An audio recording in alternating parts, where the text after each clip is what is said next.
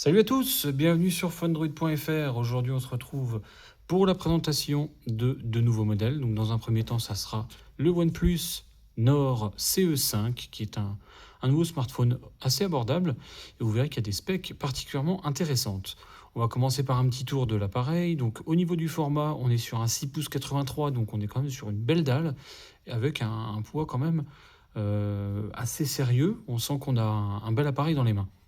Donc on est sur un format rectangulaire très classique avec les bords arrondis. Là on est sur le coloris blanc. Alors moi personnellement j'aime beaucoup ce coloris. Je trouve que ce motif ici quand même est très joli avec la petite incrustation ici OnePlus. Je trouve ça très joli. Je vous montrerai tout à l'heure le Nord 5 qui lui là est sur un coloris un peu plus classique. Mais voilà, je trouve que ce coloris pourrait vraiment plaire. Et ça pourrait être intéressant pour vous aussi de le considérer plutôt que toujours les coloris plus classiques de type noir. Donc on se retrouve avec deux capteurs, deux caméras, deux capteurs photo et un flash. En dessous, le port double SIM, le port USB-C, un haut-parleur. Sur les côtés, le bouton power, les boutons de volume. Et au-dessus, rien de particulier. Donc on est sur ce qui se fait de plus classique. Au niveau de l'interface, vous la reconnaîtrez certainement. Il s'agit d'OxygenOS qui est un dérivé de ColorOS de chez Oppo, puisque OnePlus appartient au groupe BBK, donc Oppo. Je vais baisser un peu la luminosité peut-être pour vous. Hop.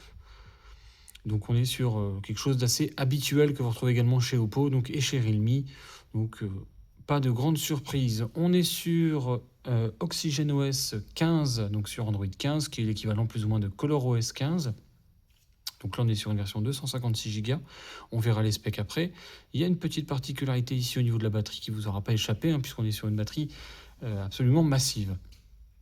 Hop, alors on va regarder donc au niveau, je voulais vous montrer par contre, puisque vous nous le demandez régulièrement, hop, au niveau du réseau, pas de eSIM sur ce modèle, ni sur le Nord 5 d'ailleurs. Donc vous n'aurez pas de eSIM sur ce modèle-là. Par contre, il est bien double SIM, toute bande, un grand classique. Et vous aurez toutes les applis Google, dont Android Auto qui est ici, et les applis Google que vous pourrez voir un petit peu ici. Enfin, je pense qu'il ne vous manquera rien. Donc c'est très complet.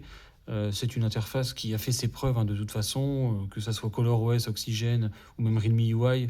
J'aime beaucoup parce que c'est à la fois sobre avec pas mal de personnalisation au niveau de l'interface, donc c'est vraiment très complet et ça pourra forcément vous plaire.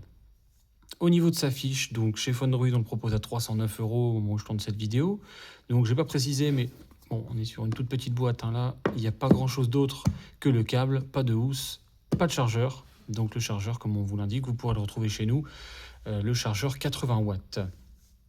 Donc au niveau des couleurs, donc il y a le noir et le blanc, et uniquement en 8/256. Il existe une version également 128 Go qu'on a décidé de ne pas proposer, puisque bon, 128 Go de nos jours, c'est vraiment trop limité. Et donc vous retrouverez la 8/256 chez nous. Donc au niveau de la dalle, j'ai dit une bêtise tout à l'heure, c'est 6 pouces 77 pour celui-ci, c'est 6 pouces 83 pour le Nord 5. On est sur un écran AMOLED, c'est ce qui donne quand même tout son intérêt à ce téléphone, parce que malgré son petit prix de, donc je disais, de 309 €, on a quand même un écran AMOLED qui est relativement lumineux, 1400 nits c'est pas mal, 120 Hz, donc un grand classique, sur une résolution Full HD. Android 15, le processeur c'est un Mediatek Dimensity 8350, donc un processeur qu'on connaît puisqu'il a déjà équipé la gamme Reno de chez Oppo. Donc c'est quand même également quelque chose d'assez assez solide, assez sérieux. Vous pourrez jouer au jeu, vous pourrez vraiment faire ce que vous voulez.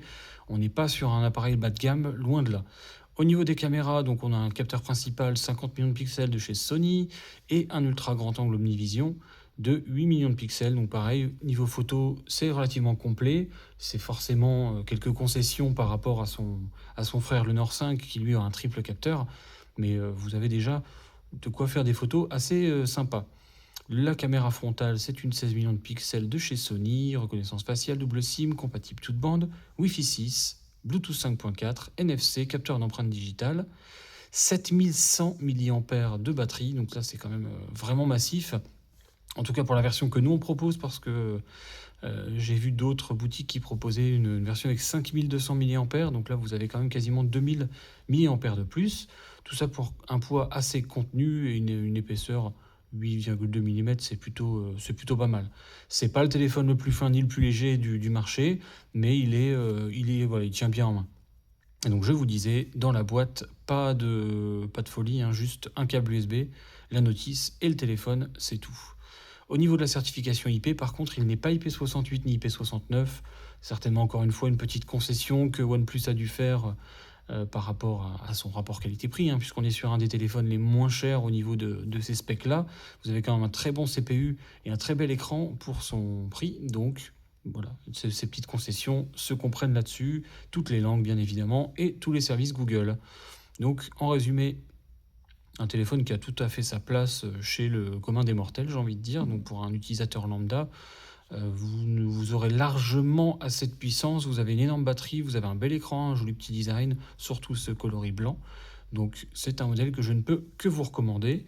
Et avant de vous laisser, on va juste comparer un petit peu avec le Nord 5, donc lui qui est la version un petit peu plus évoluée, j'ai envie de dire, que je vous présenterai dans une autre vidéo, mais donc lui qui a 3 capteurs photo et un CPU un peu plus perfectionné. Voilà, moi je vous dis à bientôt et je vous retrouve pour une prochaine vidéo. Salut!